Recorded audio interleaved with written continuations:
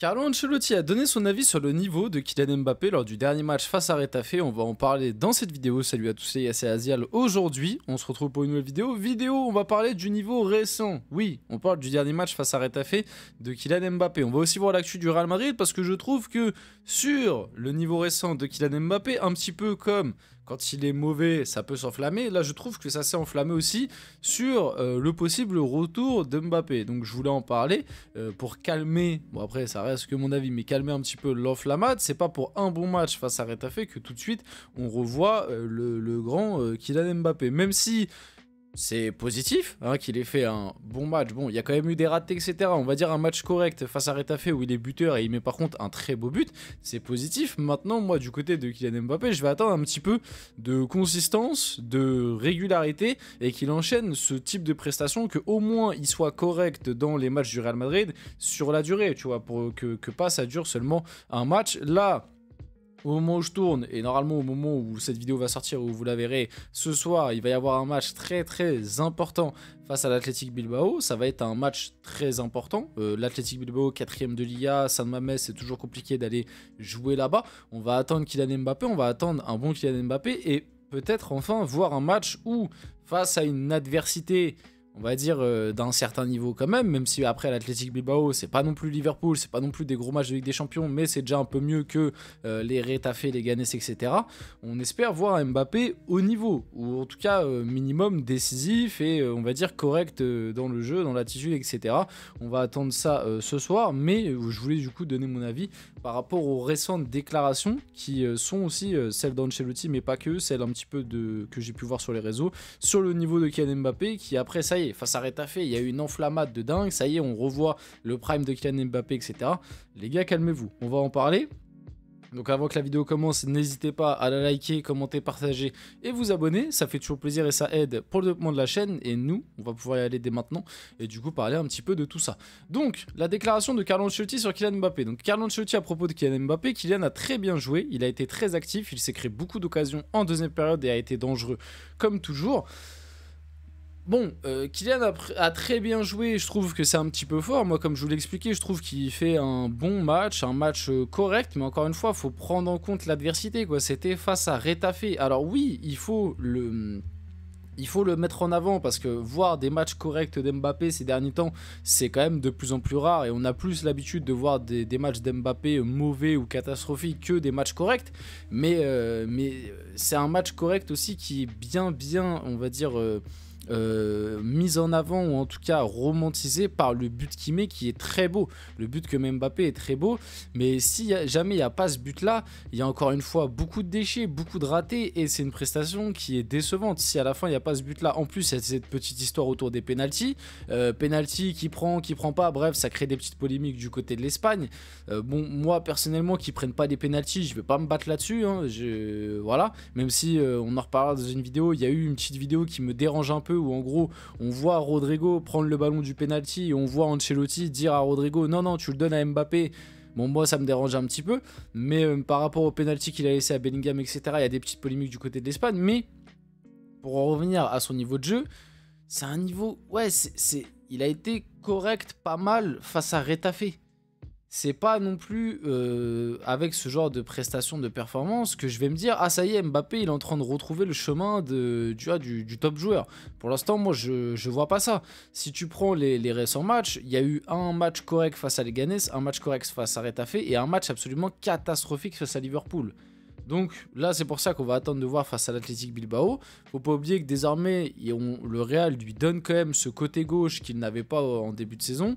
On espère qu'il va répondre présent dans ce rôle-là, parce que du coup, indirectement, ça pénalise les autres. Parce que en l'absence d'un Vinicius, on aurait très bien pu voir par exemple un Rodrigo évoluer sur le côté gauche. Bon, bah au final, Rodrigo il se retrouve à jouer en pointe, tu vois.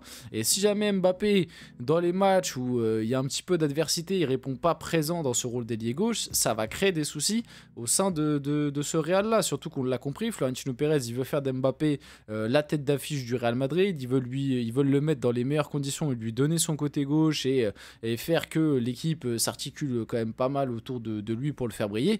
Bon bah j'espère vraiment que ça va fonctionner, parce que sinon tu peux faire que le Real Madrid implose, explose Et ça peut être très compliqué. Donc voilà par rapport à ça. Et du coup, ouais, par rapport aux avis, les gars, un petit peu de mesure, un petit peu de nuance sur Mbappé après un bon match. Parce que j'ai vu des avis sur les réseaux, même des avis de consultants, de journalistes, etc. C'est complètement lunaire. J'ai vu des avis juste pour un but face à Retafe. J'ai vu des mecs commencer à dire: ah bah vous voyez, quand il est sur son côté gauche, il redevient le meilleur joueur du monde, il reprend confiance, vous allez voir, vous l'avez critiqué à tort, il va revenir.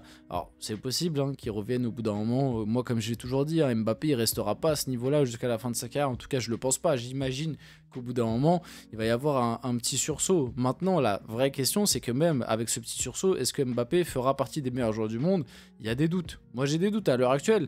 Le match qu'il fait face à Retafe, moi j'ai pas vu le niveau d'un joueur qui peut prétendre au truc, enfin on va dire au trophée, ou prétendre être à côté de mecs qui sont, on va dire, aujourd'hui considérés comme les meilleurs joueurs du monde. Moi, le Mbappé que je vois depuis le début de saison, que j'ai vu face à Retafe, il est loin, très très loin, dans la qualité technique, dans le déchet, etc., des top joueurs à l'heure actuelle. Des Mohamed Salah, des Rafinha, même d'un Cole Palmer par exemple qui est un peu moins médiatisé mais c'est très fort, même si Cole Palmer il a ce côté aussi un petit peu des fois nonchalant, déchet, mais bref, à l'heure actuelle il y en a plein des joueurs que je mets au-dessus d'Mbappé en termes d'importance pour une équipe, tu vois. Même si c'est vrai que certains vont me dire il fait ses stats, etc. C'est vrai, en plus là comme je dis, hein, face à Retafe il met un beau but. Il met un beau but. Bon, après, face à Leganés, c'était un tapin. Mais c'est pas des matchs de dingue non plus. Ces stats, c'est pas des stats qui, entre guillemets, font des grosses différences. J'ai envie de dire, parce que c'est pas. Enfin, le but face à Retafe, c'est un but important, etc. Tous les buts sont importants. Mais tu vois, c'est le but du 2-0. Enfin bref, vous avez compris, il y a beaucoup de pénalty et tout. Bref, juste pour dire que les stats, ça ne va pas non plus tout excuser, même si c'est bien qu'il continue à faire des stats malgré qu'il soit dans une période un peu plus compliquée. Mais de là, comme il a fait un petit peu de stats, de là à me dire qu'au final, c'est pas un flop depuis le début de la saison au Real et que on peut le comparer à Mohamed Salah parce qu'ils ont des goal assists similaires, c'est vraiment que les gars, vous regardez pas le foot, ou que vous regardez pas les matchs du Real, ou que vous regardez pas les matchs de Mbappé, ou alors que vous êtes prêt à le défendre à tort et à travers. Juste pour le défendre parce que c'est un joueur que vous kiffez, etc. Parce que si on est 100% objectif, bien sûr que si, et c'est pas avec les deux derniers matchs face à Leganés et face à Retafe que mon avis va changer là-dessus. Pour le moment, Mbappé au Real Madrid, c'est un échec, c'est un flop, et il fait un début de saison très moyen, voire mauvais, mais on va dire très moyen pour être gentil, et notamment tous les gros matchs qu'a eu le Real depuis le début de la saison, Mbappé est à chaque fois passé au travers. À chaque fois, Mbappé n'a pas répondu présent dans ses gros matchs. Donc voilà par rapport à ça, juste ne pas s'enflammer. On va laisser le temps au temps, laisser Mbappé le temps d'enchaîner 3-4 matchs de bon niveau, et après, on pourra commencer peut-être à reparler d'un joueur qui retrouve le chemin, on va dire le bon chemin pour retrouver un niveau intéressant. Donc du coup, officiel, Kylian Mbappé a été élu homme du match avec le Real Madrid, la 6e fois qu'il reçoit cette récompense cette saison en Liga. Bon, est-ce que j'ai vraiment besoin de me répéter? J'en ai fait une vidéo spéciale pour dire que les trophées d'homme du match en Liga, c'est une mascarade. Enfin, en tout cas, cette année, ceux accordés à Mbappé, la moitié, sur les 6, là, la moitié, c'est des vols. Franchement, facile. Et encore, tu peux même voir plus, mais en tout cas, les 2 derniers qu'il a reçus, donc face à Retafe et face à Leganés, c'est des gros vols. Hein. Concrètement, pour moi, sur les 2 derniers matchs, ceux qui méritaient le plus ce trophée d'homme du match, c'est Bellingham. D'ailleurs, Bellingham a été élu joueur du mois de novembre du Real Madrid.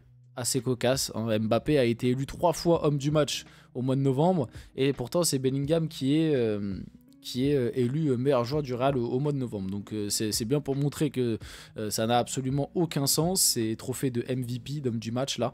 Et en fait oui, ça en devient ridicule, parce que maintenant on a vraiment l'impression que si Mbappé marque un but, et ben en fait il sera homme du match. Donc bon voilà, ça n'a aucun sens, c'est juste pour promouvoir la Liga pour moi, ou alors oui il y a du favoritisme, etc. Bref, on en a déjà parlé, c'est ridicule. En plus je trouve que ça ne sert pas du tout Mbappé, parce que du coup même lui va penser au bout d'un moment qu'il revient à un très bon niveau parce qu'il a ses trucs d'homme du match, etc. alors que c'est pas le cas. Voilà, encore une fois je le répète, hein, face face à Retafe, il met un beau but, il fait un match correct, mais il y a 2-3 joueurs, face à Retafe un peu moins, mais c'était surtout face à Leganés où il y avait beaucoup de joueurs qui étaient meilleurs que lui, mais face à Retafe, je peux te mettre Raúl Asensio, je peux te mettre Ceballos, je peux te mettre Bellingham, qui ont été pour moi meilleurs que Kylian Mbappé sur le match par exemple. Donc Kylian Mbappé savoure en story son bon match livré, du coup bon c'était la dernière fois. Bon ça fait plaisir en vrai, ça fait plaisir un petit peu de voir Kylian Mbappé célébrer des buts, des victoires et on va dire des bons matchs. On espère quand même malgré tout qu'au bout d'un moment ça ira mieux pour lui, mais il y a encore la question à se poser, est-ce qu'un jour il retrouvera le niveau qu'il avait avant? Et pour l'instant je n'ai pas encore la réponse, en tout cas il ne me fait pas voir cette possibilité là dans ses matchs récemment. On finit la vidéo là-dessus, j'espère que cette vidéo vous a plu, si c'est le cas n'hésitez pas à la liker, commenter, partager et vous abonner les gars, c'était Azial, on se retrouve très rapidement pour une prochaine vidéo.